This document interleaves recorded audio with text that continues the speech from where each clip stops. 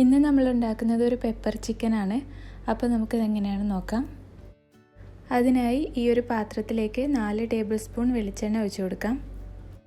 എണ്ണ ചൂടായി വരുന്ന സമയത്ത് ഇതിലേക്ക് 2 ചെറിയ പീസ് പട്ട, 4 ഗ്രാമ്പു, 3 ഉണക്കമുളക് ഇത്രയും ചേർത്ത് കൊടുക്കാം.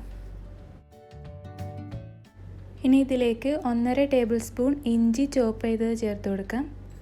അതിൻ്റെ കൂടെ തന്നെ 1.5 ടേബിൾ സ്പൂൺ വെളുത്തുള്ളി ചോപ്പ് ചെയ്തും കൂടി ഇട്ട് കൊടുക്കാം. എന്നിട്ട് ഇഞ്ചിയുടെയും വെളുത്തുള്ളിയുടെയും പച്ചമണം മാറുന്നത് വരെ ഒന്ന് വഴറ്റിയെടുക്കാം.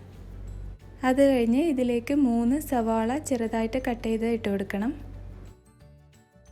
പിന്നെ നമുക്കിതിലേക്ക് ആവശ്യത്തിനുള്ള ഉപ്പ് കൂടി ചേർത്ത് കൊടുക്കാം. ഇനി ഈ സവാള നല്ല ബ്രൗൺ കളറാവുന്നത് വരെ ഒന്ന് വഴറ്റിയെടുക്കാം. സവാള ഇപ്പോൾ ഏകദേശം ബ്രൗൺ കളറായിട്ടുണ്ട്.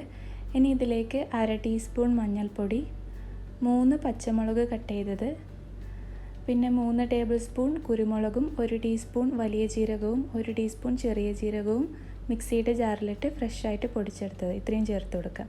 എന്നിട്ടിത് നന്നായിട്ടൊന്ന് മിക്സ് ചെയ്യാം.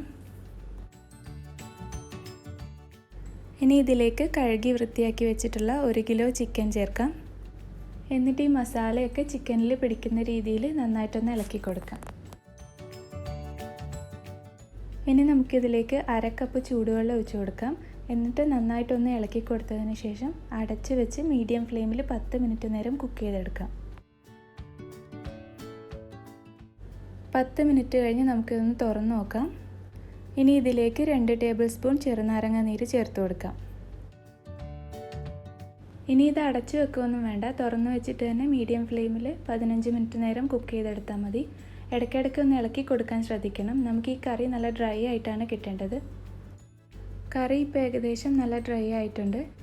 ഇനി ഇതിലേക്ക് കുറച്ച് കറിവേപ്പില ഇട്ട് കൊടുത്ത് നന്നായിട്ടൊന്ന് മിക്സ് ചെയ്ത് അടച്ച് വെച്ച് ഫ്ലെയിം ഓഫ് ചെയ്യാം. ഇനി ഇത് പെട്ടെന്ന് തന്നെ വേറൊരു പാത്രത്തിലേക്ക് വിളമ്പരുത്.